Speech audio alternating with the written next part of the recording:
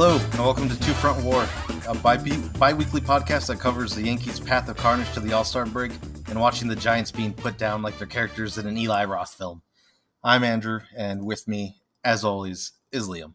Hello, guys. Hi, Liam. I'm Liam. So, Liam, how would you describe these last 2 weeks? These last 2 weeks have been amazing. Yankees, since our last recording, have only lost twice. Not like lost a series, like lost 2 games. 2 games, yeah. That's pretty cool. It's like phenomenal stretch.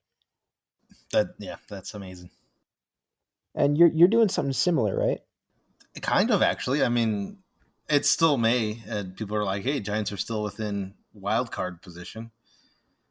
With as horrible as these last 2 weeks have been, we're right back to where we were before the 16-game stretch of being 2 games below 500. Or 3 games below 500. Let's get started. Jumping right into this. Let's just jump right in. Started out with me as always. Yankees started off their bunch of games with a 3-game series against the Houston Astros, their last of the year. Kind of upsetting to see, but I was able to make it out to the Bronx to see game 1 of this 3-game series. Okay. Verlander and Luis Gil. I'm a fake fan, Andrew. I have not been I haven't been pronouncing his last name right. I haven't been watching games really with fake fan with him on the mound. Don't believe me. Liam just outed himself as a fake fan. I only came around on a baseball podcast. It's like I haven't really been watching. I've been watching. I haven't been watching much of his starts. I haven't been able to hear Michael K actually say his name. Is he on those is he starting those weird times? Weird times meaning just afternoonish. Yeah, like morning or afternoon games. I don't think so. Okay, well I'll try to give you an out, but all right. You're like, no, I've just been at school or at work. I do have a new job coming up. I'm gonna be I won't say. I'll say once I actually do the thing and maybe I land it. But okay. I have a job in the works. Congratulations. But Luis Gil, King of the Heel, as the Yankee Stadium graphic so named him. Mm-hmm. The most impressive start I've heard and now seen from him. Maybe the best out of all starters leading up to this game. In terms of just sheer dominance, I think this being against the Astros adds to that. But great little start. People are saying that he is probably, and take this with a grain of salt, pitcher number 1 right now. Who is in rotation or in rotation? Okay. Like fans are thinking he's like the best guy. I'll get into maybe what he's been doing, who he's been talking to later on in the episode, but he's my MVP for this entire series because of his start here, which for the record was 1 run, 1 hit, 4 walks, and 5 strikeouts in 6 innings. Kept the game completely scoreless, did what he had to do, but he looked absolutely strong doing it. I don't think any Houston batter had an answer to him really. I was up in the nosebleeds, like the 300 section, which is a section I have not been to in like a decade. Fortunate for me, I got to. It's like the shortest lines in the entire ballpark. Mm-hmm. Great little experience there. Don't have to wait on a lot. Which is or were you the funny guy and being so far away? Every time a strike was called, we were like, that was a ball. That was a ball blue. I would if I had a genuinely better angle to see everything. I was right at the third base line, so that makes it even funnier. Anything could be anything. Maybe like that. From my perspective, but low point for me of the day, there was maybe a high point depending on how you might view this person. I was sitting in front of a group of like 6 people. The guy sitting in front of me, the 2 people sitting in front of me were like, if I had to place him like low level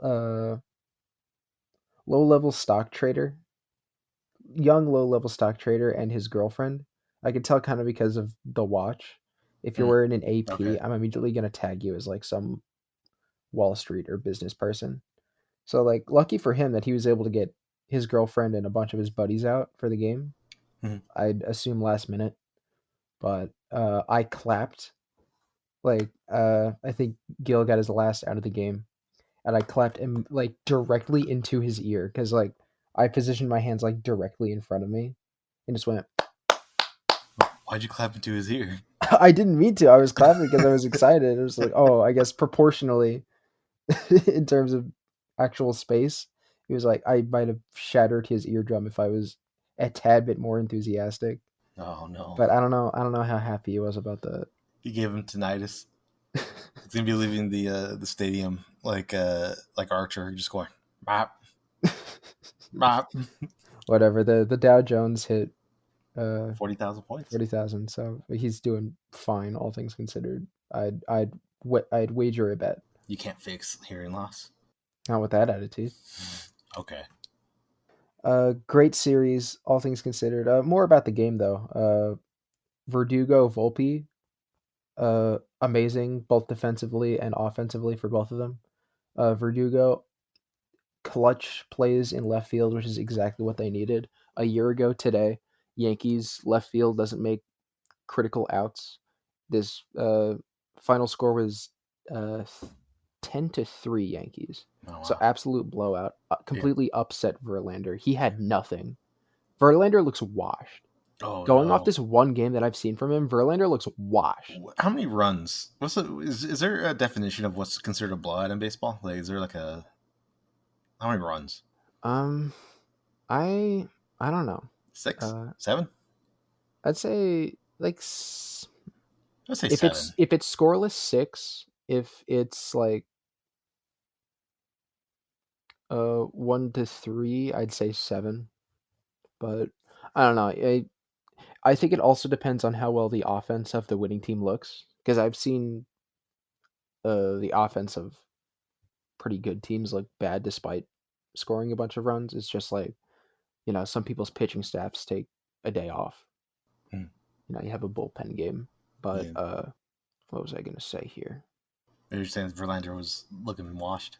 Yeah, oh, in terms of like blowouts though, Yankees had a pretty good game recently where good games against the Twins recently, and everyone said, "Oh, they got murdered in every one of them." But like the one that started off that conversation was like 5-1, and they're like, "That's kind of like an average score if you don't really know like the finer details of the actual game that was being played." Mhm. Just something I thought I'd tack on to your observation. Volpe, clutch home run, clutch at bats throughout all these series that we're gonna talk about, and just like coming up with big hits. He's been uh at the very worst above average at shortstop so far. Like he's had some bad stretches here and there, but nothing that lasts. Like I was talking about last episode with like Judge and how he only had like he'd go on like 2 game like peaks and then it was just like valleys. That's negated by the way. Uh Judge is back. Hey, he's Judge back. Judge is more back than ever, but I'll talk about that later. He's trying to give Uh, the rest of the team in the league a head start. uh exactly. Yeah, he's gonna bolster his MVP conversation by having uh taken the first month essentially off, if you think about it a certain way, and then that's gonna put him ahead of whoever he's gonna be neck and neck with. If I had to guess, Otani. Oh no, Otani's in the Yeah, National it's the League now. National League now. Ooh, interesting conversation now. Who's the AL number 2? I'll have to think about that.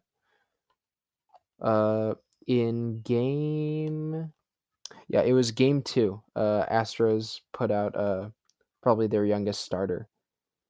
Uh, and he got some major league dues because that game was also like a nasty one. Yankees won that 9-4. Just like beat up on him. But nice introduction to the rivalry. If he hasn't pitched against them, he probably hasn't pitched against them already.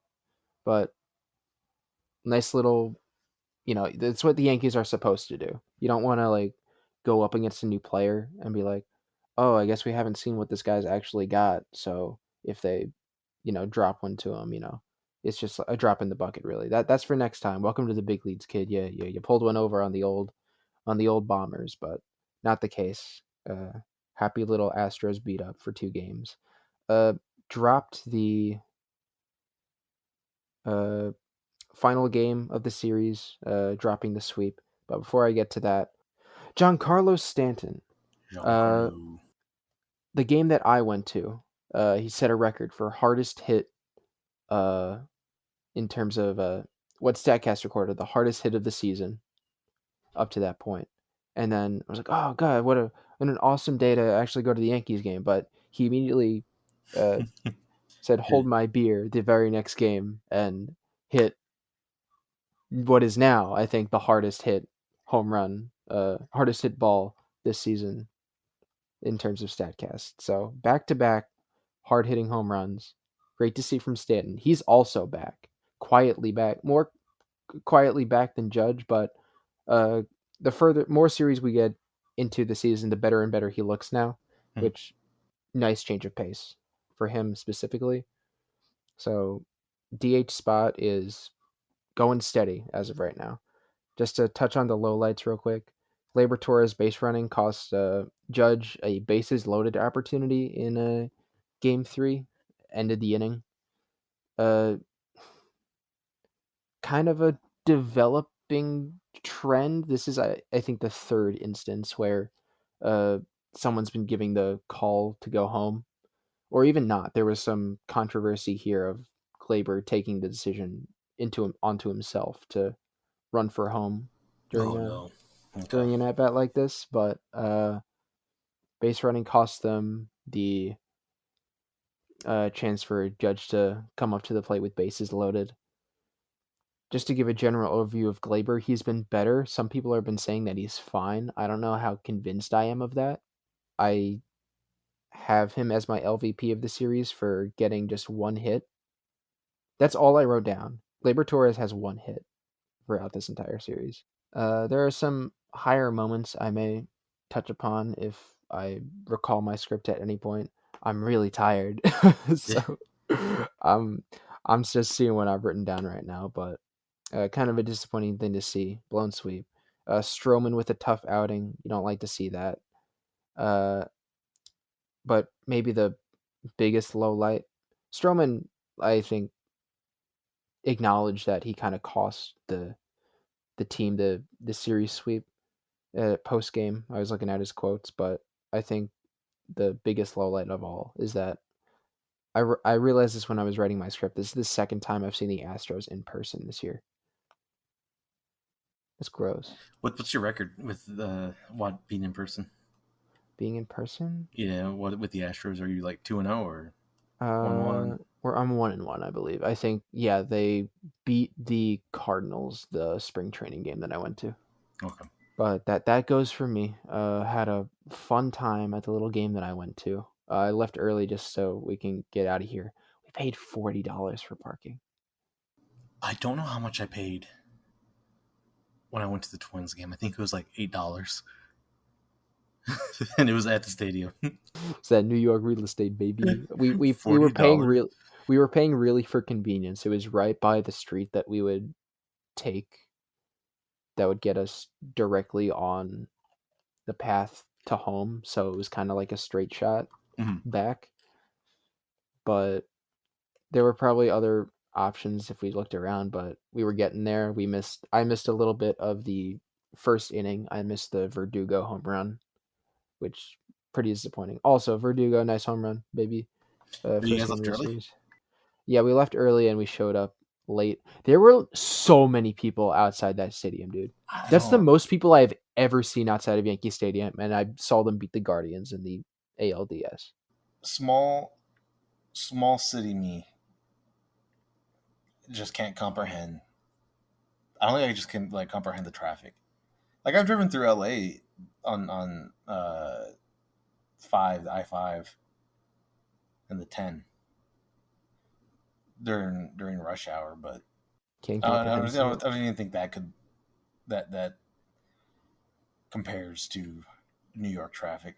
I gotta get you to a Yankees game or a Mets game. Hey, I got I feel like Ubering is the way to go. You get dropped off, I don't know, blocks away, and you walk to the stadium, and then you walk many blocks away from the stadium, so your Uber driver doesn't want to kill themselves trying to try to get to the wherever it is you are close to the stadium.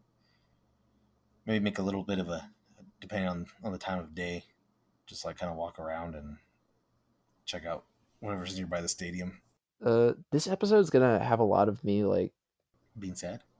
not being sad. Oh, I'm very happy, but reckoning with my ability to gauge like crowd size because first when I was outside the stadium and I was seeing all these people surrounding trying to get into this game, I was fully convinced there were still like 9,000 people outside. And I'm like, oh, damn, they're still packing the house for these type of Astros games, even though they suck. they're doo doo feces this It's a season. But pretty much a guaranteed win. then I come in and it's like the stadium is maybe like 2/3 full, maybe like half full. Oh, so you're not very good at gauging crowd size. I don't know what's wrong with me. There were Maybe third level was kind of empty, second level kind of empty, first level full for the most part. I think there were some like right line seats that were empty, but I don't know. Maybe there were still 9,000 people in there and we were just all slowly just like trudging along trying to get in, and then when I finally sat down like a lot of people like found their way around, but maybe insane amount of humanity outside of the stadium, which not new to me. I've seen that kind of stuff, but maybe like the most people I've seen all like just trying to get into a venue. maybe you just realize that the human ability to comprehend size isn't as big as you would think. Hmm. At least my ability. I'll touch on what happened in the Rays games later, but that's all from me. Okay. Who was sent to the IL during your first series, Andrew? Oh, for the first series, I don't think anyone was. Okay, I'm gonna re-ask that question Yeah, next time. because we end the road trip in Colorado against the Rockies. The Giants at right now, as of recording, they are 22-25. I think this is the same for the Yankees with your last series. We're recording this before the series is over because you have a social life, I guess. Hmm. Um, like actual friends, Yeah, and you plan to do stuff. actual obligations and all that. But that's neither here nor there. Giants Rockies. The Giants beat the Rockies 2-1. And the end of the road trip portion of this cursed 16-game stretch ends in Denver. And while the W's racked, offense woes continue with one inning of high runs, and that's it. The Giants win the series, and they lose the first game, or not the first game, they lose the last game of the series 9-1 with a Keaton win start, and he gave up 7 runs in 3.2 innings. Thankfully, the bullpen led by Sean Jelly only gave up 2 more runs after that. And we didn't know it at the time, but this start by Wynn was an omen for things to come, as he would be placed on the IL 8 days later. And to answer your previous question, I think he was the first one. No, he's not. Oh, who was it? Give me names. We're not there yet. Okay. We'll get into the injuries later, because it's bad. It is bad. You were telling Andrew sent me, I think at like close to midnight, all of the people on the Giants that were heading to the IL or on the IL already. It was a laundry list. Thankfully, I was going to the cereal aisle looking for some of these guys. some of the well, Solaire's back. Thankfully, it could have been worse. I don't know if you saw the video or if I sent it to you.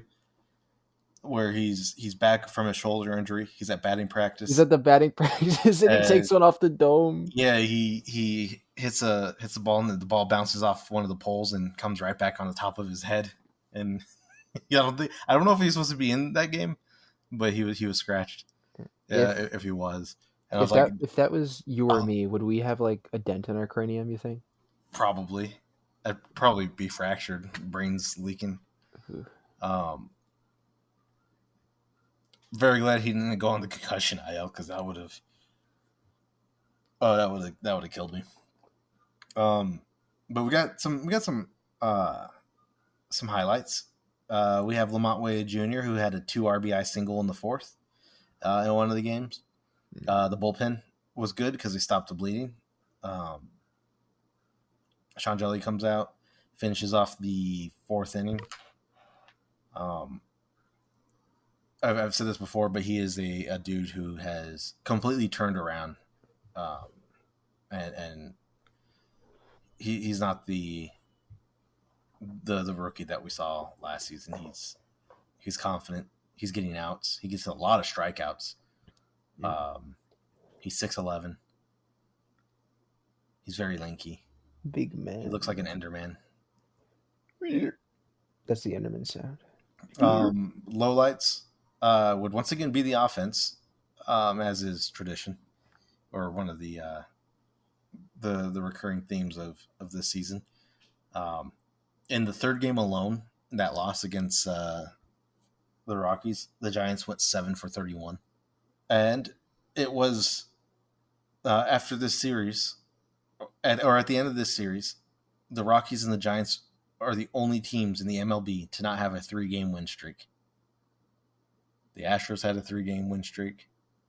The White Sox have a 3-game win streak. That's even crazier to think about.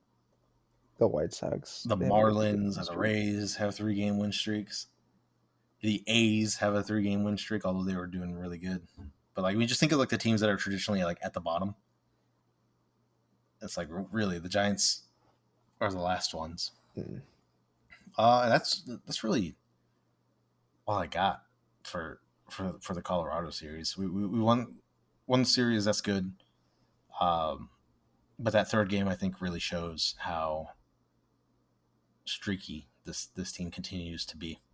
And little did I know that this was going to be the last fun series for a little while. Last normal series at that. Yeah. At least until the end here, which is, funnily enough, against the Rockies. What do you think will fix this streaking problem? What consistency do you want to see more than everything else? Well, at this point, we lost our DH. I don't know. It's got to be the pitching coach is my only the only thing I can really point to. I mean, I see some people pointing at Bob Melvin, and it's like, well, the Giants were streaky with their hits last season, especially early. But the manager can't really do anything about strikeouts. He's also noticed, Bob Melvin had noted on the Bob Melvin show, is what KMBR calls it. John Miller does in a small little short interview with Bob Melvin before games, and he said that the league's figuring out, like, if you're a person who gets if you're a player who consistently takes the first pitch, well, don't be surprised when you start getting fastballs down the middle of the plate, because everyone knows you're going to take it. Mm-hmm. And they need to be more aggressive. There's a lot of throughout this whole 2-week time frame. There's a lot of first pitch takes by a lot of players, and it's fastballs down the middle, because they always take the first pitch, and you gotta mix it up. You can't be consistent in your which pitches you're going to take and which ones you're not, because you're just giving up free strikes. But that's the Rocky series. Giants win Sorry that 2-1. this is your last fun series. Is it the last fun series for the episode? Last fun series ever? No, the last the last Rocky series is, well, it's not done yet, but it's been a fun 2 days. Um, I we'll get there when we get there, but I think that this series against the Rockies, this is our series 12. I think the 15th series, uh, has been really good for the team and the fan base's mental health. Reinvigorate them, keep them hopeful. Yeah, yeah, and I'm I'm I'm really happy. It's we'll get there when we get there, but Yeah, I we have want some to we have I some want to stuff to say do. more, but there are Yeah. some developing things in terms of the story of the episode that we're laying out here.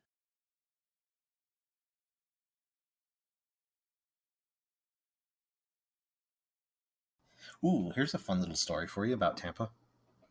In the year that the Rockies were established, so it's like what, 93, 94.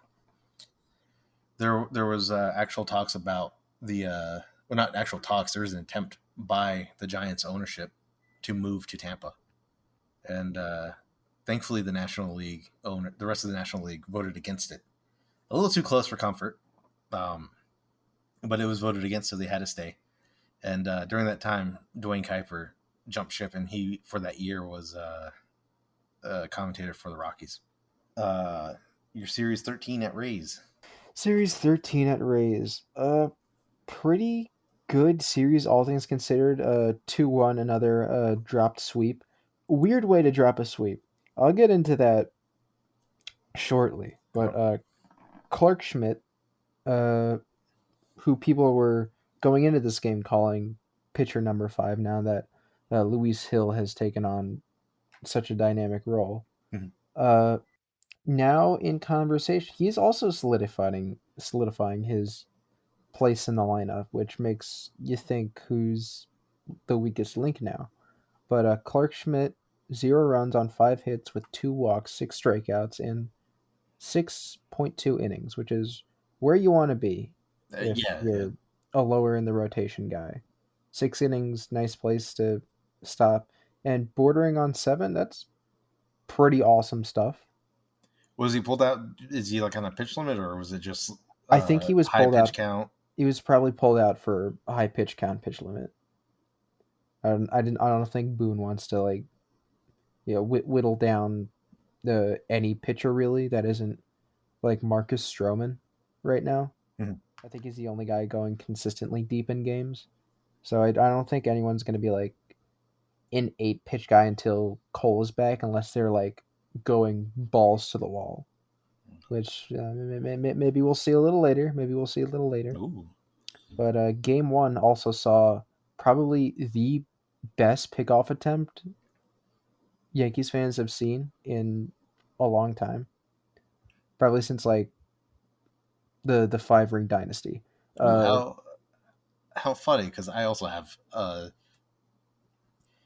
the most disgusting pickoff that the Giants have ever seen. the most disgusting. We're really like mirror images of each other. These teams. Did John Boy make a breakdown of yours, huh? No, probably won't, because there's Boo. a pretty. It was just a rookie mistake. Uh, Great, like no dialogue whatsoever call between uh pitcher, catcher, and first base. Mhm. I think someone people have said someone from the dugout spoke up and was catching uh Jose Trevino's attention and directing him towards first base, like pay attention to the runner, pay attention to the runner, something like that. Probably more in depth than that. That's I did see this that, video. that gives no context to what was happening, but no dialogue needed.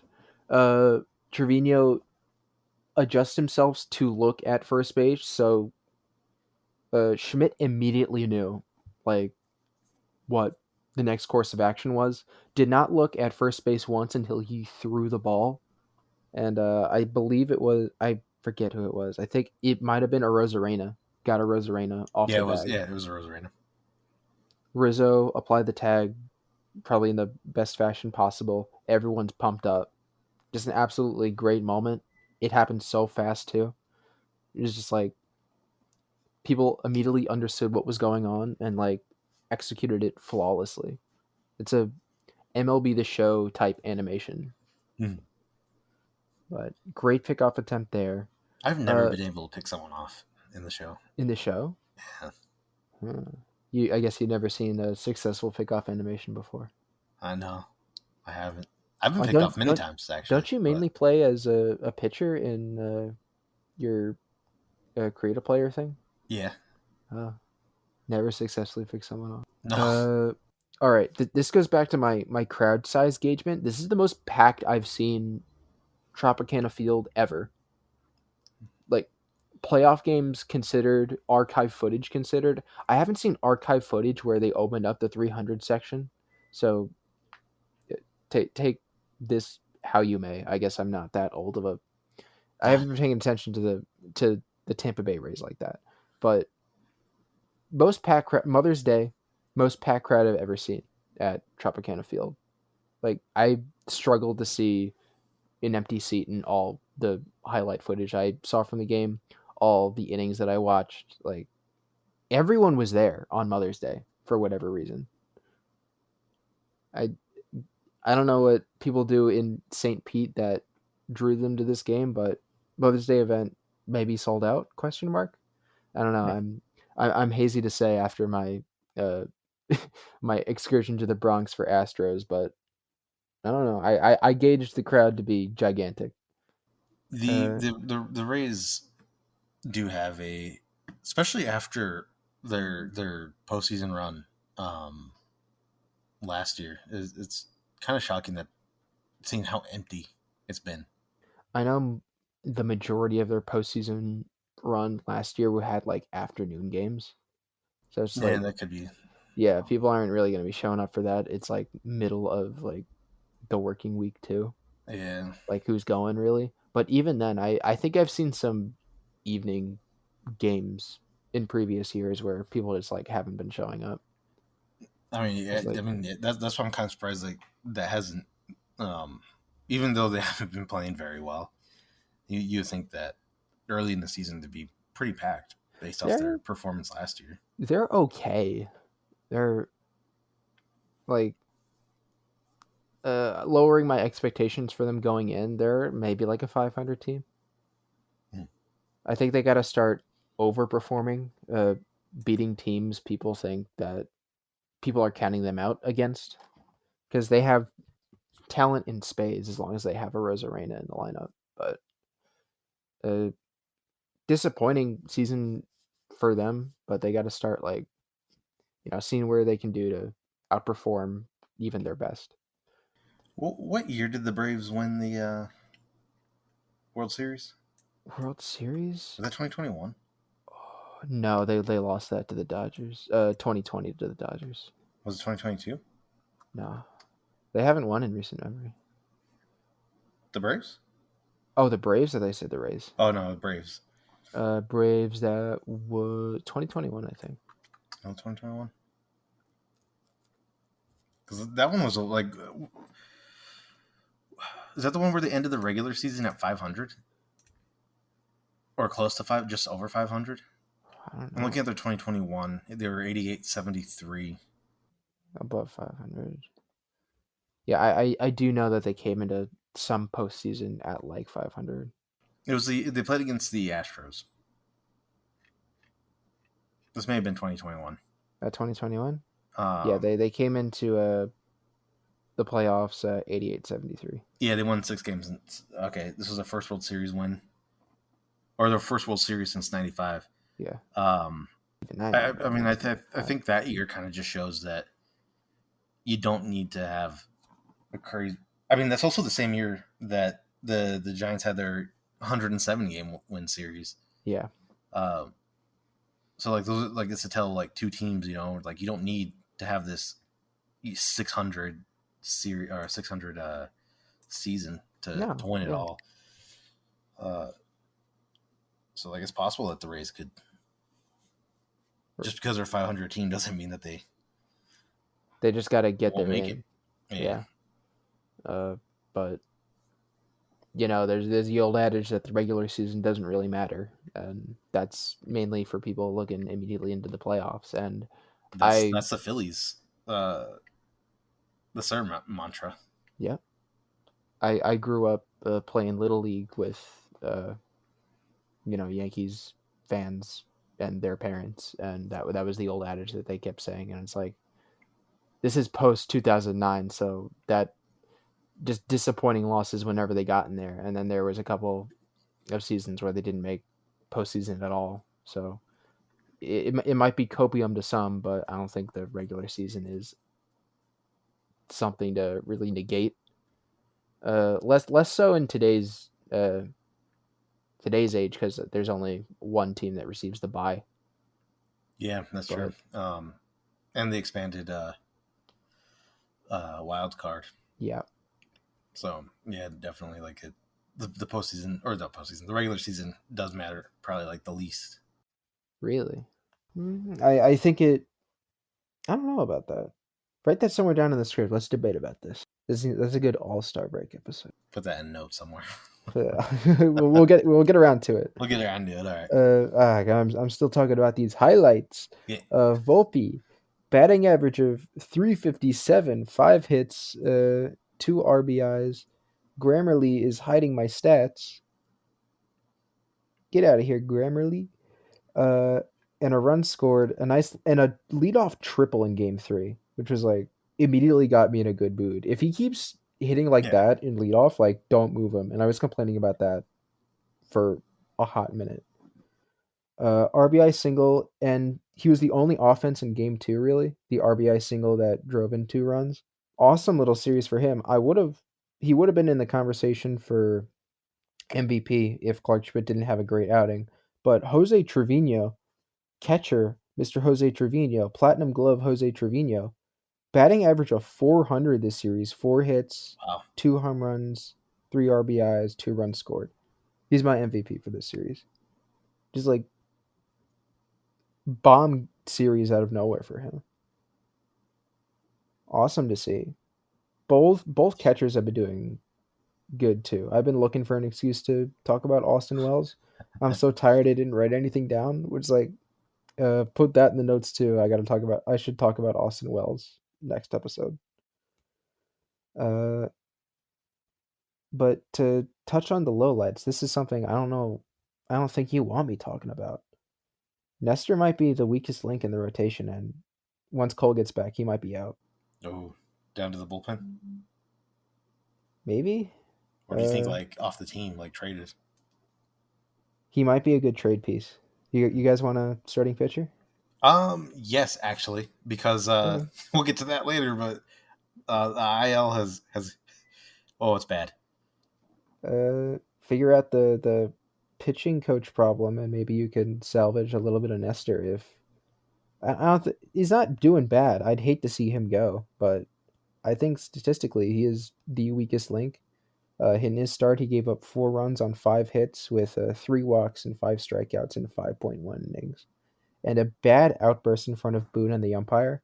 Mm. Boone went to go kind of give him a comforting embrace, a little nice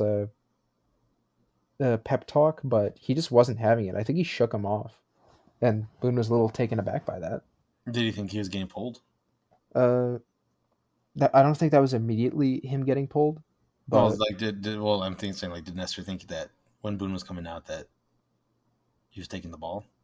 yeah, that's what happened eventually. But Oh yeah, but at that moment when he had the outburst, uh, I don't know what he was thinking first thing when he got the outburst. I think it's just his immediate bad performance stuck with him a little bit. But just a very shaken up Nestor and a very sad Caleb Ferguson. He had not a good game this series, and he looked sad. He looked depressed. no. I'm just like, I think Caleb Ferguson's gonna cry. I want to turn off the game now. Is he a pitcher? Yeah, he's a pitcher, relief pitcher.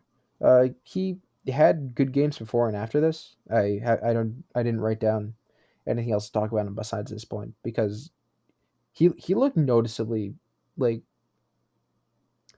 a Sports Center top 10 sad moments type sad expression on his face. Like actually notable. Like I hope the guy wasn't beating himself too hard after his bad outing, but no, just a very visceral, wearing their expressions on their sleeve Yanks uh, What's the this series. what does the I guess the online fan base kind of think? Because like are they being hard on Nestor and on Caleb, or because I mean what the record right now, you guys are 32-15. Mhm. um when you're not, when the team's as a whole not in a slump, people tend to be a lot, at least on the Giants side, a lot more forgiving when uh, we're like in a peak. That might But be a smaller market thing, but the attitude never lets up in New York, yeah, never mind. Yeah, New unfortunately. York, you're right. Yeah. Bullpen guys don't really get that kind of treatment unless you're designed to be later on in the game, like 7, 8, 9 inning type pitcher. Mhm. Uh, but Nestor has been getting the brunt of it. People in comment sections across social media are like, "Don't let Nestor cook. Nestor's washed. Nestor this, Nestor that." The Brew's gone sour. Mm. But people can't wait for Cole to be back naturally. And they're like, "Why wouldn't you? He's the reigning Cy Young winner." Yeah, of course. So uh, people immediately speculate, who's going down, who's getting moved to the bullpen, what's happening once he comes back, and I think some people are real happy that he's going to be gone. I'm not really part of that camp. Yankees, by the way, lowest ERA in the league, so like we can complain all we want. We're sitting atop a pretty good throne, Yeah. so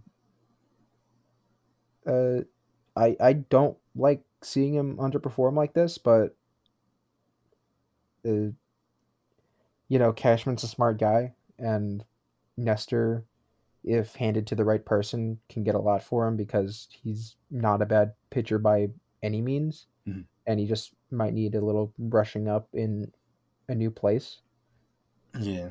So I'd What? personally hate to see him go. I get sentimental. I get attached to players very Oh yeah, me easily. too. Uh, my hockey ness has put that in me after a great stretch of Islanders postseason uh, appearances. But uh, no, that's the deal with Nestor.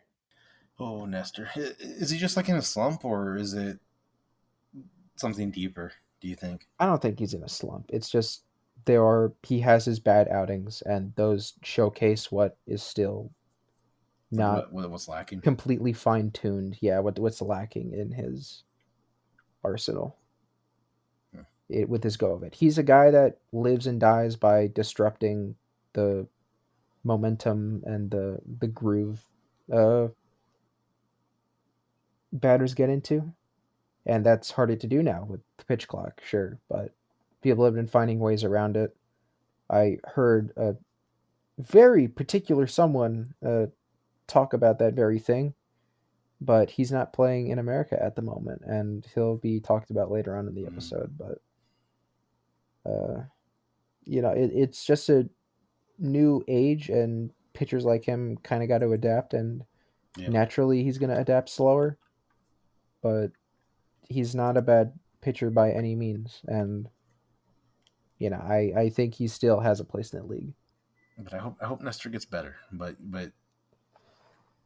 I see what you mean by, Garrett Cole's going to come back, and the dude replacing him is cooking, so he might not be going anywhere. Yeah, And he's definitely not going anywhere. and He'll Schmidt, if he has like another good start, like I've talked about before. Uh, he's kind of solidifying his spot. You can't move uh, Rodon. There's too much money that can't be really put in a minor league contract, nor trade piece without swallowing a lot of it.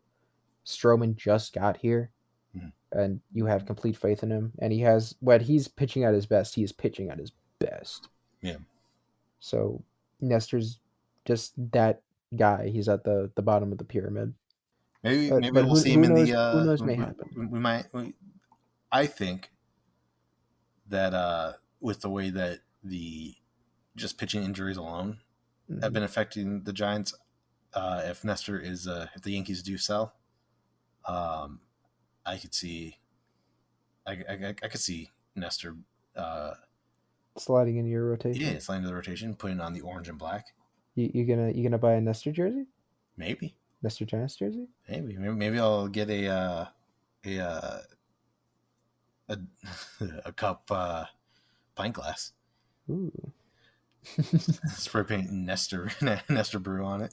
Well, what other Nestor materia is there? Nestor merchandise. Uh, Denim No, shoes. the only thing is I don't know what the Giants would get or give. It might just be cash. It'd probably just be cash. Just cash? Nah, I think the Yankees want prospects. Oh, They want prospects actually, for well, a depend. future or to trade for more players or prospects. Things are kind of scary on the Giants side because we have some guys that were called up um, that are out of options. Mm. So, but because of injuries, he's not going anywhere. So that's good. Uh, Thinking maybe just some infield depth. Yankees could use some infield depth at some level, any level really. Maybe That Casey Schmidt. to just wrap up what I was talking about here, my LVP is Grisham. I just have a bunch of zeros next to his name because if you look up any of the stats that he has for this game, it's probably a zero. Yeah, I was looking at that. I was wondering, like, did I do that by accident? No, I did that. Grisham. Hits zero. Oh, rough. Uh, on base percentage, close to 0. zero. Ooh. Doubles zero. Singles zero. Yeah. Walks, I think maybe one. One walk. Okay, he can work a walk. Good. Three at bats, really? What? Three at bats? I might have given my LVP to the wrong guy. Oh no. Uh, you can either definitely cut this down, but you could keep this in if you want, just like that short little first part. Hmm. But I really want to talk about the lineup for uh, their loss at the Trop because uh, it was just a perfect storm of constructing the worst of what the Yankees have.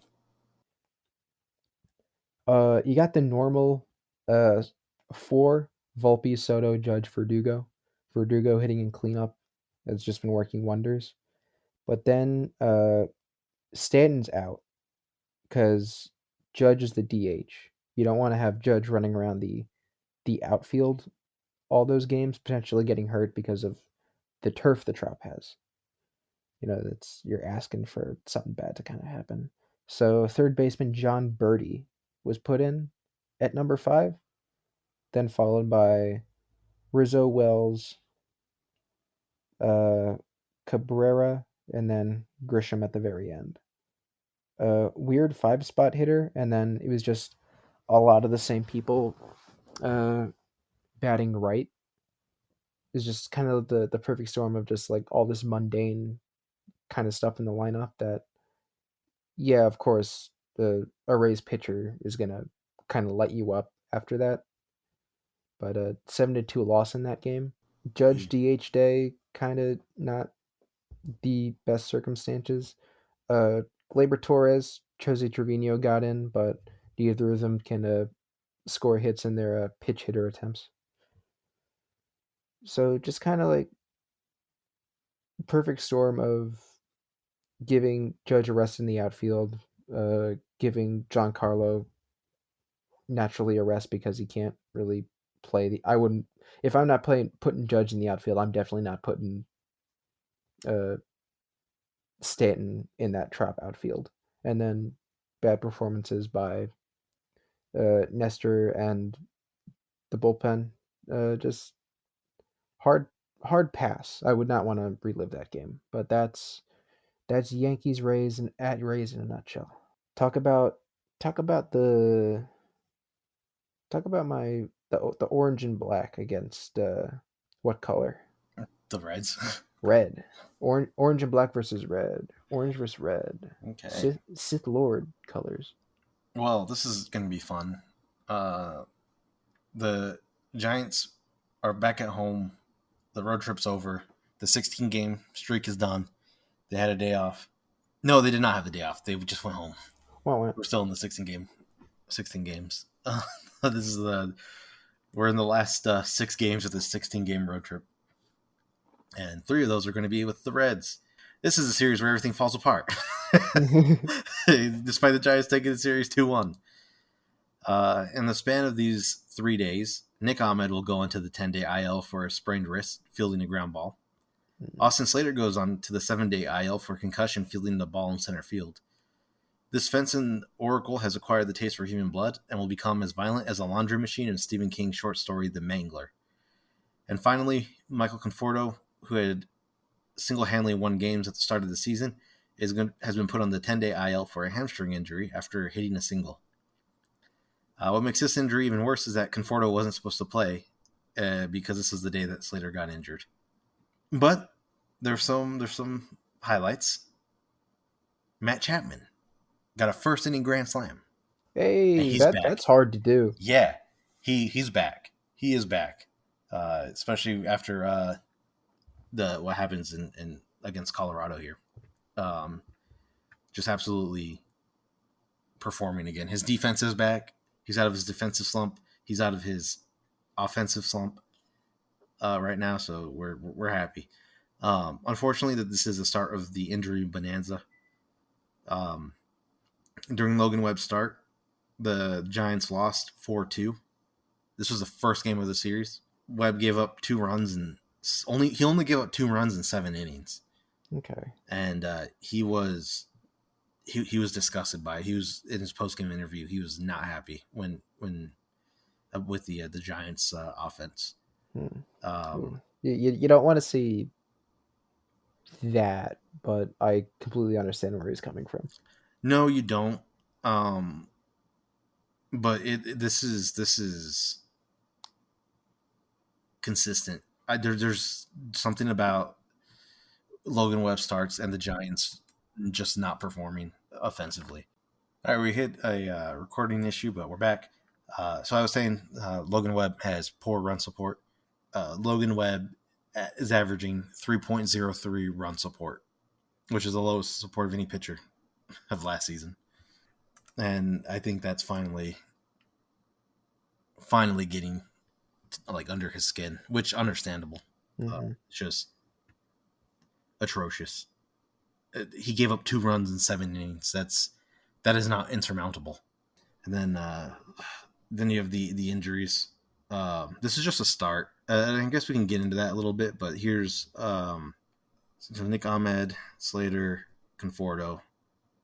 That these happened on May 10th, 11th, and 12th for those injuries, or at least we need to put on the IL. Some more injuries that happened. Blake Snell on May 14th still has his hamstring issue, so he has to make another rehab start in AAA Sacramento. So he's delayed. He was replaced by Keaton Wynn, who is also now on the IL for a forearm, 15-day IL, so he's going to miss 3 starts. And then Alex Cobb, we just found out. I just saw today that he's given another cortisone injection to combat his injured right shoulder. However, I also saw that his throwing rehab is being put on hold. So I that's why I say that I can see Nestor becoming a starter in San Francisco. We because got a we need. are, We might have an asset. yeah. So we'll take a look. I don't know who we would give up. Um, And you maybe need to broach that with us because pitching depth is something nice, something to have. Having a rotation is nice to have. Yeah. Forget about depth. We need a starter. Uh, we're down two. Um, but overall, I mean, despite those injuries, especially for what's about to come, um, the Giants took the series. Unfortunately, this is the Giants should be looking at two straight sweeps. Hmm. Uh, they should not have lost a 9-1 to the Rockies in Colorado. Like I know that Coors Field is going to Coors Field, and the Rockies are a team that, despite being bad, they just generally bad. Um, they will mess your day up, Hmm. from time to time. And in fact, after this series with the Rockies go on a 7-game win streak, becoming They the hottest team in baseball. they got something in them. I don't know what. Maybe I not don't a know. maybe not a dog, but They have some, yeah, there's something. I don't know, but which at this point leaves the Giants to be the last team to have a 3-game win streak, and they should have had back-to-back sweeps. Uh, with Keenan Wynn, it obviously was um, something wrong with his arm, and it's not until his start against I believe, the Bums that he finally gets put on the IL Mhm. after his start. I think he has. I don't know if he had a start there or if it was against the Reds. I can't remember. But yeah, it should have been two straight sweeps, and I'd be really happy. But we won two series in a row for this time frame, and I can't complain. Can't complain all that much. Uh, but you get to your penultimate series for this episode. You really guys play. the last series of the episode because this next Well, series last it, full it series, really ain't yes, really done. But we got the Twins. Historically, the Yankees own the Twins. Just like yes. no doubt about it. Nothing whatsoever. I can't remember the stat. I saw some insane stat about the Yankees Twins. It's just bad. Whatever your worst theory is, that's probably it. You might as well get rid of the WIN in Twins when the Yankees play them. This was business as usual. This was a 3-0 series sweep. Just saying that is something alone. But the Yankees came to town and they killed these guys. This was actually brutal. There were 13 hits in game 1. There were 13 hits in game 2. There were 9 hits in game 3. Oh my god, Brutal already. Judge went 4 for 4 in game 2 with he's three back. He's back. doubles, 3 doubles, a home run, and a walk. Classic Judge. Judge more than back. He just needed to face the Twins, and that's when the season actually got started. I hope Carlos Correa is enjoying it over there. Hack. And I was His just bamboo talking. ankle. I was just talking about Clark Schmidt having one of his best outings ever. He followed this up with his best outing ever, the best game of his life. No runs, 3 hits, 8 strikeouts in 8 innings. He went 8 innings, and I was talking last episode about he needs to get up to 6 or 7. Yeah, he decided to. He said, "I'm gonna shut you out for 8 innings straight." He said your standards are too low for me. No, that was great, and I was kind of beaten up a little bit uh, going into the season because I thought Michael King was the better pitcher. If we were talking about who's going to be the starting pitcher, Yeah, uh, upgrade the bullpen upgrade, but uh, uh, what am I saying? Clark Schmidt hasn't been in the bullpen for a little bit now. He only did one real stint there, I think, like 2 years ago. But uh, Michael King now is settling down from a little hot streak he had with the Yankees, and then going into this season. Not to say he doesn't have good outings; he has great outings, but from time to time. But Clark Schmidt, if this trend continues, like I said again, like solidifying his spot, number 4 guy at the very worst.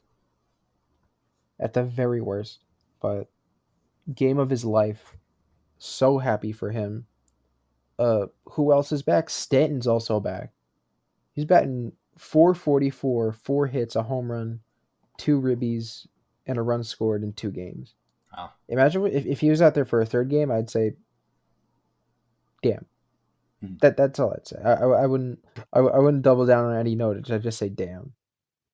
It's just like more stats for the block. Andrew, you want to hear? Andrew, you want to hear a crazy Yankees twin stat? Yes. 81 outs without the Twins scoring. 81 straight outs. Across the whole series. Oh yeah. That sounds like way too many. I don't think across the whole series, like across a stretch of the series. I don't think That that encompasses every game. I no, it has think to. that's just It short. has But to. that's the stat the internet has told me. Was it a shutout? Uh, I think not. I think I know one of the games was a shutout. Because I know the first game was 5-1. The second 20 game was 4-0, there's and 27 then outs in the game, right? yeah. Yeah, that's across 3 games. That's a shutout. 81 Uh, outs. That wow, no. 20, right? Uh, hold up. Ring ding ding ding ding ding ding. Unless they win to extras at some point. Nah, didn't go to extras. Because 27 outs left over 3 Oh yeah, games is 81 27 outs. times 3. Yeah, Um, I had to clarify. I think the distinction was made because the Twins scored in the first inning of the first game, got and, it. and Okay, then that was it for the rest of got it. So they the scored series. once across the whole series. They scored once across the whole series, and then the rest. Oh, I knew for a fact that the first game was 5-1, and then the other two it was 4-5, and then those other two were shutouts. got it. Okay. Absolutely awful series for the Twins. I only dug into the Yankees side. I did not dig into the Twin side all that much because And the Twins didn't get to it bring out looks their like sausage. a chore to go through. Like 5-0 Yankees win. Twins had 3 hits on the day. That's I a don't know. morale killer right there. What am I supposed to say to that? Like, That series is a morale killer. right? Right? And Manuel Margot got traded here the the Rays first and then to the Dodgers. He was on the Rays. He started on the Rays. He was traded to the Dodgers along with Tyler Glasnow. And then he was kept around to just be a trade piece. And he was sent to this situation. Imagine being that guy. yeah, Above average defensive center fielder. Like, that's a need for a lot of teams, you'd have to think. But he was sent here to do this. that's a crazy stat. 81 outs. 81 outs. They only scored 81 once outs. across 3 games. And it was at the very start. So, like, that's your offense. And with the another parallel that we've got here too is you said that the one game that they lost in Tampa, you don't think they should have lost. Yeah. So you're also looking at what should have been back-to-back sweeps. I won't say I don't think they should have lost it. It was a culmination of a lot of things. I think they could have done better in that game, but I don't think there was any guarantee that Okay, that should have been a win got or it. it should have been a sweep. I think the Rays have taken a step back, but I don't think they it's a guaranteed like sweep or we're stumping them Got immediately. it. Okay. But to give out an MVP, a lot of candidates, but Aaron Judge, batting average alone, 636. 7 hits, a For home run the series or like for, his total at this for point? the series. Okay. Wow. That'd be insane if Aaron. We were talking about he only has like two good game stretch and he's back to being mediocre. If his batting average was his season batting average was 636, he probably would have gotten the unanimous MVP right now. Yeah, It's just yeah. no, you're good. Uh, Sorry, with the way the Giants have been playing, I don't know I no longer you know don't what know what normal stats are. stats You are. don't know what I don't know numbers what they are. are anymore. Just Batting average 600. That's normal, right? That's yeah, what. like okay, that's pretty good. It's pretty good. It's cool. You can like start in the majors with that, right? The Giants have some interesting stats that feel like they shouldn't be the way they are. We gotta compare team stats at some point. Yeah, that'd be interesting. 7 hits, a home run, 2 ribbies, and responsible for 4 runs. For lowlights, I got to cut that segment short. I can't find any. Okay. But my LVP, my LVP is Anthony Rizzo, who had a batting average of 0.77, only with a hit to his name.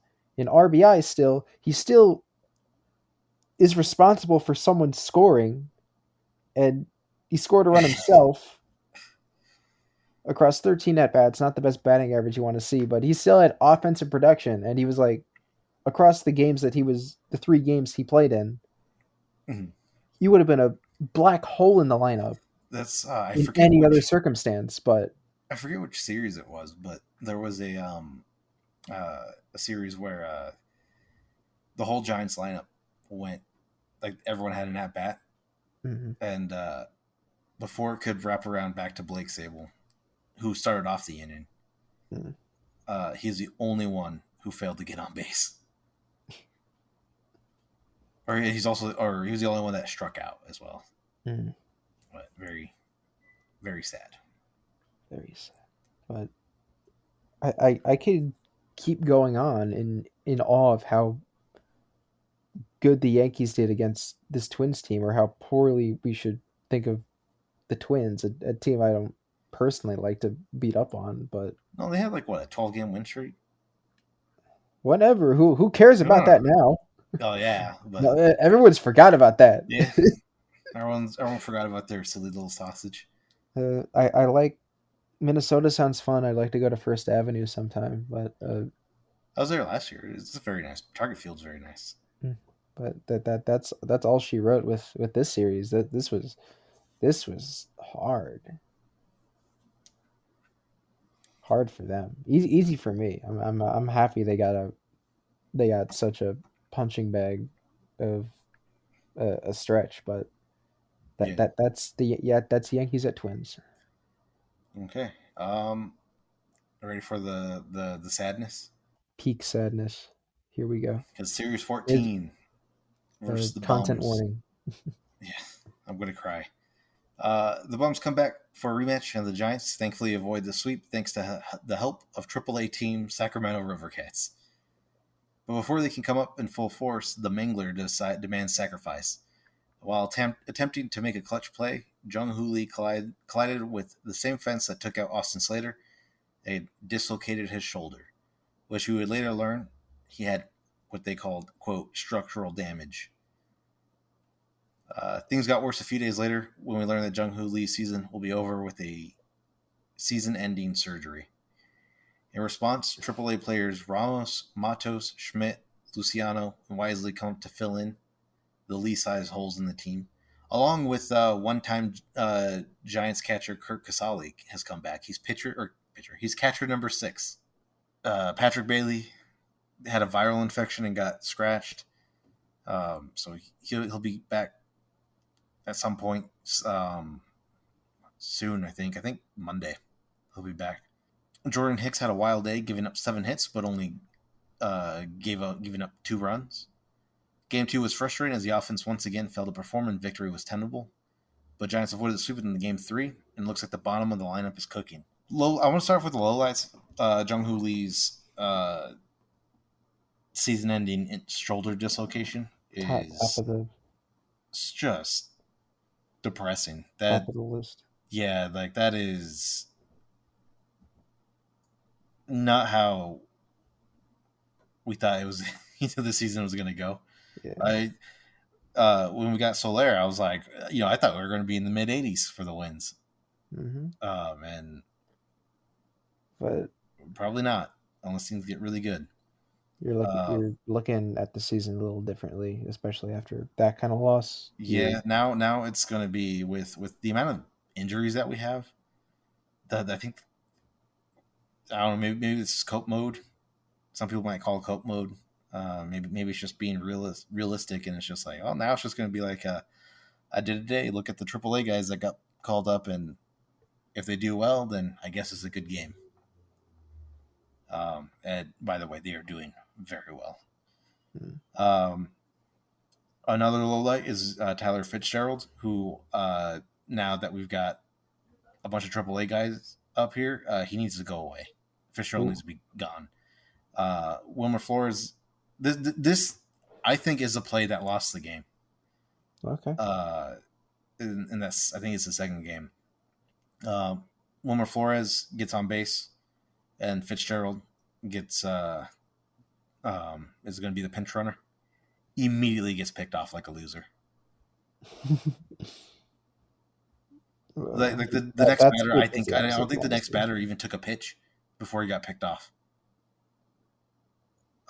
Just Mhm. an absolute unacceptable mistake. My LVP for this series is going to be the center field fence. Um, It was your center field fence, right? yes, it is the Oracle Park center field fence. Oracle Park center Uh, field fence. Took out two Giants, almost took out four of them by the end of this 2 week by the end of this homestand. Actually, Mhm. it's not even counting what's going to happen today with this last game against the Rockies. You had people in the game day server just being like, one person was like, "Mr. Gorbachev, tear down this wall." I think it just seems to be padding. Like I was saying, like the bullpen doesn't need to see. They don't need to watch. Give them a TV. Mm. They don't need to watch. Um, I would be okay with it being completely removed and just painting a yellow line and just saying if the ball goes over this yellow line, home run. Fine. You can't make a play there. I'll be okay with that. So depressing. But there are some highlights, particularly Lamont Wade Jr. Uh, Let me get his. I want to show you his stats. His currently for the 2024, his batting average is 315. Um, and he hit an all-time high for the season for his on-base percentage, getting it just below 500. Mm. It was like 484 or 494 or something like that, 490 something. It's come down a little bit now. It's sitting at 465. But he's the epitome of play discipline. If the dudes behind him could actually get on base, he's someone that would be talked about nationally. I think. What's his OPS? OPS 81, Very good. and his OPS plus 162. Very good stuff. So he has 2 home runs and 14 RBIs. Should be a lot higher if the people behind him could get on base. How long do you guys have him signed for? Yeah, 1 year, $3.5 million contract. Uh, Internet currently tells me he will be an unrestricted free agent in 2026. Okay. I don't think he's going to go anywhere. The Giants obviously want him. Mm-hmm. $3.5 million for 1 year. I don't know. I really like him as a first baseman. I really like him as a leadoff hitter. Yeah, that's a good Um, spot for a first baseman to be I placed in. mean, I mean, if your bat's that good. his he almost hit 500 on base percentage. His walks are. I don't know if they have his walks here. They don't have his walks here, but his walks have got to be unnaturally high. 30 walks this season. Last season he had 76 walks. He's smart at the plate too. Yeah, he doesn't chase. Um, So I hope he stays with the team. That's the thing is like there's the players that I want off the team have been doing very bad. I'm afraid that Wilmer Flores might also be walking away at the end of the season because he hasn't been getting a lot of play time. He Mhm. typically, I mean, he's been DH lately since Soler's been out, but we don't really get to see him defensively. He's just mainly has been coming in as a pinch hitter. Mhm. Um, Snell, do you if think he exercises his option, or he tries with his new agent to get a better says deal? Snell, Yeah. he's not going anywhere after Really? this season. I don't think. Um, I mean, he fell off a cliff. Mm-hmm. He missed all of spring training. He had what 2, 3 starts with the Giants. Got hurt. He's going to miss 3 to 4 more starts. And I don't know, like I'm not happy with like seeing like, oh, he threw an immaculate inning in Double A. Cool. You're not paying him to be in Double A. Yeah, like that's so cool that he can take on these high schoolers. Cool. Hey, Liam, guess what? A Cy What? Young winner doesn't give up hits to Double A. Yeah, Wow, color me surprised. I'm shocked. Yeah, I think that just based off their performances for this season, Chapman, Soler, and Snell, I don't think they're going to go anywhere. They because what I think Chapman has he has an opt out every year for Mm. his contract, and I think you'd be insane after these recent performances uh, to walk away or to opt out. Um, we'll see. I don't know. We'll see what the second half has, but I don't think those three are going to go anywhere, or at least I don't think they're going to willingly go anywhere, unless the Giants front office decides that yeah we burnt some money there, but we'll take a look. Um, that last game of the series, we got to see the Dodgers in postseason form, so that's pretty cool. The Dodgers went 7 for 33 compared to the the Giants 7 for 31. When I initially heard that the series was against the Dodgers, I thought that uh, it was an away game, and Lee might have gotten hurt the same place that Judge got hurt uh, Oh last yeah, no, season. no, Like that fence, like that's a complaint to the league at that point. yeah, And then you said it happened again. It was just like, all right, you just got to fix some in-house problems. Time for some renovations. But it's brutal to see the laundry list that is now accumulating on yeah. the So let IL. me go to the here's what the IL looks like starting in. I mean, shoot, you can start in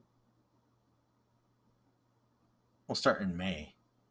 Um, and we're just gonna go. You have Tristan Beck, 60-day IL. He's a pitcher. Von Brown's an outfielder. Um, he's day to day, and he's a minor league guy, but he hasn't played any minor league games since August 2nd. You have Rainer Arias, a center fielder, who's out. He's down in the Arizona Complex League. You have Nick Ahmed, who's our shortstop, 10-day IL. Austin Slater, right fielder, 7-day IL. Michael Conforto, left fielder, 10-day IL. Wade Meckler, day to day. He's in AAA right now. He's 7-day injured list all season with a sprained wrist. Blake Snell has his hamstring problem. He's gonna have make one more rehab start in AAA. Tom Murphy, catcher, he's our catcher number 3 because the season I believe started off uh, Bailey Bart, and then you had Bart got traded, so now you have Tom Murphy. Tom Murphy got hurt, so now you have Jackson Reitz. Patrick Bailey got hurt, so now you have Blake Sable, Jackson Reitz. Jackson Reitz gets set down, and Kirk Casale's back. Keaton Wynn's on the 15-day IL. Keep in mind, I believe he was. I can't remember if he's replaced. I think he's replacing Cobb. Yeah, uh, he's replacing Cobb. Then you have Patrick Bailey on the 7-day IL now, as of yesterday. Uh, he's still on the 7-day IL. Jung Hoo Lee is out for the season now, and then Alex Cobb is probably probably not going to see him for the rest of the season in his last contract year. His pitching day, his baseball days are probably over. How old is he? He's 36, which really sucks because he had a really good season last year. He was an all-star, so we'll see what happens. Uh, what string center fielder and catcher are you on at this point? Um, well, you had Jung Hoo Lee was primary, and then you had Austin Slater as like backup. They're both gone, and now we have Luis Matos as our primary. The outfield is in flux. You have Yaz, who's going to be the anchor in right field. If Yaz isn't playing, then things get weird. You have Lamont Wade in right field, and you have Wilmer on first base. And then left field was Conforto. That's going to be switching between Ramos and Matos. I think Matos is going to be staying in center field, and we'll have Ramos in left. But things get really good with this last series against Colorado. So I want to get to that. So let's talk about the White Sox. Talk about the White Sox. Very little because I didn't want to say anything until the series was really over, but the series was already kind of over when I checked in. Yeah, I think 2-0 and it's the White Sox. So yeah, if any of these series were tied 1-1, I don't think we'd be talking about it. Yeah, this episode, but I'd skip it. I'd mainly talk about stuff I'm gonna talk about anyway, but that would be the focal point of it, just like rehab stuff. But we have some things to talk about. The Luis Heel Garrett Cole connection is real. Gil gave up 1 run on 5 hits with 1 walk, 14 strikeouts in 6 innings. Said how many strikeouts? 14. Oh my! In 1 start? Yeah. I know it's the White Sox, but hang on. I was scroll up too high. There were 14 strikeouts. 14 strikeouts. 14. In 1 start. In 1 start. Wow. Okay. I checked in on post-game interviews. He talked a lot about having a great professor in Garrett Cole. Okay. He said through his translator. He's apparently been always around giving him pointers, him specifically. Yep. Because I guess he was the replacement. You don't know how long he's gonna be up there. Give the kid some love. But now that he's going to be a mainstay, I like that they have such a great relationship.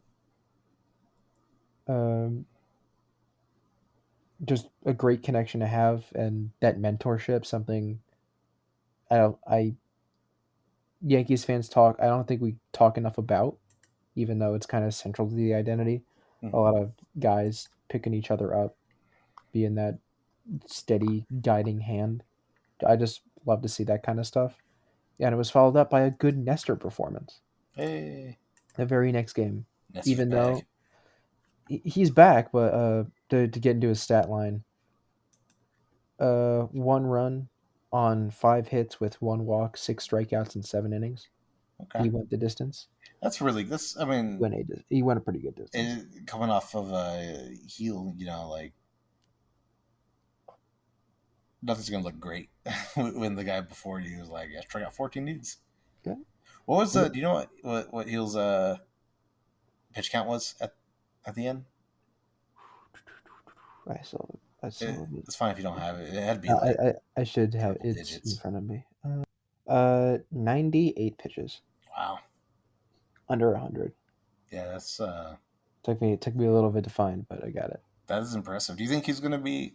How many of your starters do you think are going to be in the Cy Young conversation? Conversation? Yeah. Him and Cole when he gets back, hopefully. I gotta split the difference between Rodon and uh Stroman and see who's been performing better as of late. Um, I think Rodon has been performing better as of late. What's his ERA right now? Even though ERA isn't everything. 3.31. Not terrible. I don't think he's like he does. I don't think he lives by strikeouts much Well, that's at fine. the moment. You don't need strikeouts. I don't think to. It helps when you're in a Cy Young race. It's a It, nice flashy stat to have. I mean, yeah. I mean, they're cool, but you got to think about longevity. Mm.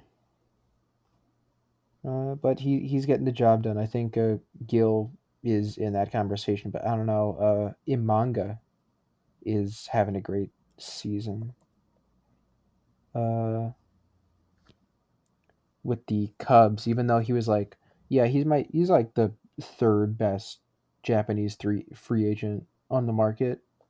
Everyone was saying like it was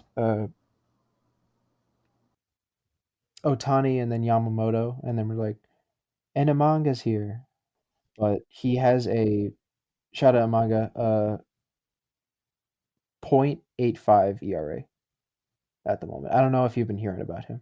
0.5. Are you talking Uh, about? Oh, you're talking about Shota. yeah, Yeah, yeah, yeah. He's killing it. I'm so glad that Imanaga. I'm How so do you? glad that he's not on a team I hate. I don't. Yeah, I'm with you on that. I'm with you on that. So I feel like I can like him. All right. Although I think I got like one more thing written down. Oh yeah. Uh, I have a couple more things written down. I wanted to talk about some rehab stints. People are going on. Okay. Uh, What is DJ LeMahieu? DJ LeMahieu What do you get? started. What do you Yep. get sent down for? He's been injured since the start of the season. He got Oh, okay. injured in spring training. Ugh. But he's working his way back. He started his rehab very very recently at the start of the series or at the middle of the series. He's starting at Double A Somerset, and Boone has been saying that he'll be back between May 24th and June 2nd when they go on a extended road trip on the West Coast. Good start from what I've seen. He was in there for a couple innings at first base, got some at bats, but good things all around. Garrett Cole will be doing the same thing in short time, hopefully getting him back sometime in June. That is the current start date for him. And uh, Clay Holmes, he gets a new entrance theme, Okay. which very important for closers nowadays. You got to have Yes. your flashy entrance to all the lights going off, some pyro if you can afford it. If it's a nighttime game, no, not probably not actually, but nice some nice graphics and everything. He comes out to White Horse by Chris Stapleton. A lot of people don't like it. I think it needs some time to grow on them. I think it's mighty fine, mighty fine. He gets like psychedelic like WWE style graphics or whatever that go up. So kind of a cool like cowboy adjacent kind of feel to it all. Like is the some sort of like a rugged Lone Ranger. I like that kind of image around him. Maybe he's trying to get the nickname the White Horse. Interesting idea to be played with there, but he's probably the best closer in the league. I struggle to find someone who might be to match him, but he's a nice crowning jewel on the bullpen. To give out an MVP real quick, uh, Giancarlo Stanton. I don't know if I've given it to you before, my man, but this is well deserved. He's back in full force this series. 571 batting average, 4 hits, 2 homers, 4 RBIs, 2 runs scored in 2 games played so far. This most recent homer he hit was his fifth in 9 games. Okay. So Games. I didn't really want to give out an LVP nor list any lowlights because there haven't been many. But if I were Yeah. to crown an LVP, I'd give my LVP to one Trevor Bauer. Okay. Uh, I don't hate Trevor Bauer. I'd like to see where he may fit in a major league lineup. I hope teams get around to giving him a second chance, but he hasn't let up on just personally being the most insufferable and unlikable guy personally.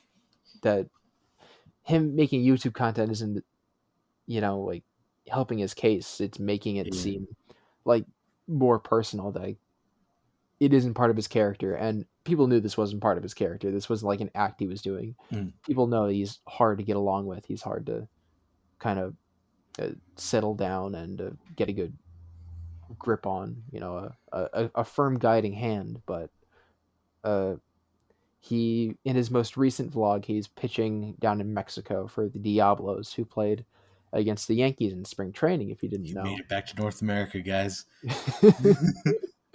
I'd assume I think they have more former pro level competition, which is where his talent agent might have pushed him to going towards. But I think another big draw was playing against the Yankees in spring training. But for him all and it was hyped up to be, the Yankees kind of sent down just a bunch of minor leaguers. him and Puig are going to become best friends. But in his most recent vlog that he uploaded, the thumbnail was I pitched against the MLB home run champion, and a guy in a Yankees jersey was Luke Voigt, who I personally did not like all that much. I think I not to say never had faith in him, but Mm. when I was kind of waiting for the point to like we could do better than him, we can't wait to kind of move on from that little stint he had. But he's down in Mexico now. He was part of, I think, some sort of San Diego trade piece for some prospects, but he was there for a little bit. He was traded to the Nationals during the Juan Soto trade, the initial Juan Soto trade. Then he just bounced around for a bit. He was with the Syracuse Mets for a bit. He was with Milwaukee and their minor league teams for a bit. But he's down in Mexico now, and he got his first start against Trevor Bauer, and Trevor just like taking the whole piss out of it, struck him out, and he finished off the first at bat he had against him with saying, "Welcome to Mexico, bitch." Yeah. It's like, come down off it, dude. Like, Yeah. ugh. And another thing he does in his vlogs, he breaks down like his pitch workflow and like what he's doing, which might be good for Teaching, major but league some people yeah. to like get a grip on. Like, oh, he's definitely still taking this seriously. There's stuff that we can work on here. But if you're also like a batter, I'm studying that. Like, that's Yeah. another thing to like get a better grip on you, like what you'll throw during certain situations, and you don't really want to give all that much away. Mm. I really don't know what his end goal is. He just might be another, like, after a big controversy that a lot of people have opinions about, and the court case turned out not to be all that fruitful. But you know, it's if he's content with just riding some short-term buzz on some news platforms and pitching outside of the majors and making bank through private deals, then good for you, dude. But when you show yourself off like this, like, ew, kind of Yeah. gross. But that's all she wrote for this little not yet complete series for me. All right. Uh, and it's going to be much of the same with this one, Rockies against the Rockies at home. The Giants have at this point, they've taken the series. It's 2-0. They're going in for the sweep today in about 2 hours, so we'll see how that goes. Um, the Giants won game one 10-5. That was a who started that one? I thought I had that written down. 10-5. That was Mason Black. Not a great start. Uh, before he could even get the first out, the score was already 3-0. So I was not feeling too good about it. But the Giants came back 10-5. And they won the second game, an amazing 14-4. Much like you, I don't really have an LVP. Mason Black is here to replace Snell. And so, he's someone who's called up probably a little bit too early. But I would say that we do have an MVP and a lot of highlights. I mean, on our 10-5 game, we had Tyro going 3-for-5. Matt Chapman's was 3-for-4, 3-for-4. Yaz was 2-for-4. Matos 3-for-5. Ian Chapman continues to do great, but nobody right now compares to Luis Matos for these two games, going 6-for-10, and he broke a 103-year-old record with a 6 RBI game. I should have. Let me go to the game day. He had 5 RBIs on game 1 and 6 RBIs game 2. So 11 RBIs for this series. And on game 2, he went 3-for-5. Matt Chapman went 4-for-4 with a walk. He had 4 runs, no RBIs, which is unfortunate. So I'm always curious to kind of explore is I was a heavy RBI player whenever I was playing. I liked hitting people home, and I always came up in situations in Little League like where I'd just be in that situation sending people in. But it's not the flashiest stat, but it counts like a lot more than just like a normal run or anything. But I'm always curious as to RBIs, but do they stay on base and score themselves? Yes, Matos does. Let me go to the 17th. So on that first game, where are they at? There we go. On that first game, Matos, actually no, he didn't get any runs. He wasn't brought in. But to be fair, behind him was Blake Sable, who went 0-for-4, and Luciano, who went 1-for-4. Yeah. On game 2, trouble for Matos and on game 2, Wade Jr. specifically. If that's a trend I'm seeing. Yeah, 6-game his 6 RBI game.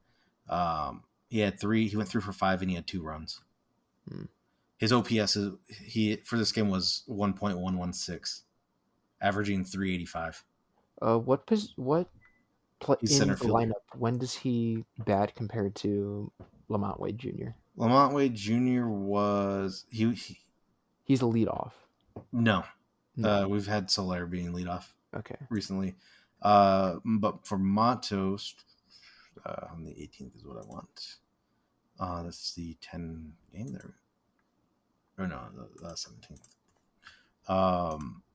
Matos or Wade Jr. was number 2 for the first game of the series. Wade Jr. for this game, he went 1-for-4. He averaged 311 average and OPS of 879. Compared to Matos for this game, who had a 333 average and a 904 OPS. And then yesterday was Wade was a pinch hit, and he went 1-for-2. He pinch hit for Wilmer, who went 0-for-3. And Ramos was 2-for-5. Would you reconstruct the? Or not, I said Ramos. I meant Montos. Well, Montos was 3-for-5, 6 RBIs. Would you reconstruct your batting order in any way?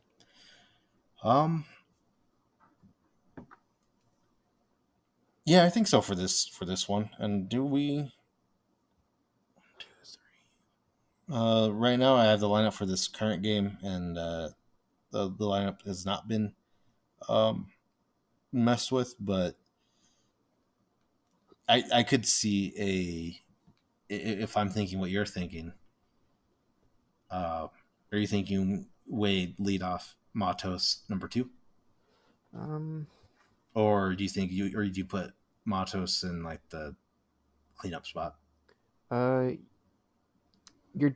How often is Soler leading off? Yeah, I think this is the first time he's let off. Mm, He's been Jung Hoo Lee's been the leadoff hitter yeah, and that when he's I'd been here, imagine that's changed recently. and when he wasn't playing, it was Slater that was typically leadoff. Hmm. Also, the Rockies announcers disrespected Matos a little bit. Really? Yeah, they're saying that like yeah, so it's just funny because uh, I mean I say he disrespected him. It was just he was trying to hype him up, I think, and it just fell flat. Just fell flat. Yeah, it fell flat pretty hard. Because last year Montrose was here last year. He played 76 games, I think, Mm-hmm. and um, He's definitely changing it up now. yeah. And then when after his amazing game yesterday, the Rockies announcer was like, 2 weeks ago these fans didn't know his name, and now they're chanting it. Like, no, he's a fan favorite last year too. Yeah. It's just he's a rookie, so goes back down. Um, I but think the leadoff conversation, and then I think the top three, but the leadoff conversation specifically, are interesting to have, especially now that Jung Hoo Lee is gone. yeah, And I think Lamont Wade Jr. or Ramos Lamont Wade Jr. or last year Matos will. under Gabe Kapler, Lamont Wade Jr. last year was leadoff. Let's see if I can find his stats for 2023. His on base percentage, Lamont Wade, was 373, and now this year it's 465. So putting him there, and then maybe putting Matos in the 3 hole. Yeah, yeah, Since RBIs are so high, if you get Junior into scoring position, yeah. realistically, if Matos continues this trend, you'd put him in 2 or 3, or in the 2 or 3 slot. I'd be so happy if Matos did. He would be the silver lining to this cursed position that is the center field. Center field. Um, I believe. yeah. I So believe we'll see. I mean, you. so yeah, we'll take a look. Hopefully, he stays hot, and if he's able to, I don't have to worry about the outfield anymore. And I forget who it is. I don't know if it was Matos or if it was Ramos. One of these guys are out of options. Hmm. And we already lost Joey Bart to options, so we saw what happened So what happened there? immediately with our catching position. So I think it'd be I think it'd be so funny. I don't know if it'd be possible, but it'd be kind of funny if we got Bart back as a catcher. We'll go. Do you want to go into combined arms, or we're gonna punt that again? We're long. We're long again. We're long again. I don't know. What do you think we should do? Let's punt it. Let's punt it again. Let's punt it. Also, because we were supposed to do the infield, and some of my guys might be changing. Some of my guys might be changing a All little right, bit. we got a little bit of an extension. All right, we'll do an extension. We'll Okay. punt it. So If you want to re-record and maybe add some stuff, depending on how this cuts down, we can also do that. I can find some time. yeah. Just for this segment. Yeah. Go ahead and bring up your schedule, and we'll talk about the next compare next series. For the Giants, it'll be what is this? May or not May? June 2nd will be our next recording. I'm I don't think we're going to be talking about our last game of the White Sox Rockies, unless something insane happens. Um, but you'll see the results in the timestamps for this episode. So that's fun. Yeah. But for the Giants, we have Pirates, Mets, Phillies, and then finishing off with the Yankees. Ooh, very interesting. For the Yankees, it's currently the top of the third. They're tied with the White Sox 2-2. Okay. But looking into the future, we are going to have we're going to be at home against the Mariners, then away for the Padres, away for the Angels, and we finish it up with an away series against the San Francisco Giants. All right. We're doing battle, Andrew. We're doing We battle. are friendly fire, friendly fire. Bow, bow, bow, bow. Let's see where we are. So you guys are. I would say you have the softer of the two schedules. Mm-hmm. The Padres got swept by the Rockies. But you know those pesky Rockies, they fluctuate. They're one of those teams. The Angels are going to be an auto win, I think, at least for the series. Auto win wins, series. and the Mariners are a 4-game series, but Yeah. they're a very inconsistent team. So they're a complete question mark. I don't know how they'll do. I'd like to at least split the series. Yeah, I think you either split it or you take it 3-1. Mm-hmm. Padres, I think you're going to take it 2-1. Auto win Angels, and then the Giants. I don't know. Well, no predictions. We're going to see. Predictions. I don't know. It could go. We'll see how Atos is doing. We're going to do a very awkward combined arms because we'll literally see how each team stacks up to each other directly. Yeah. A few games.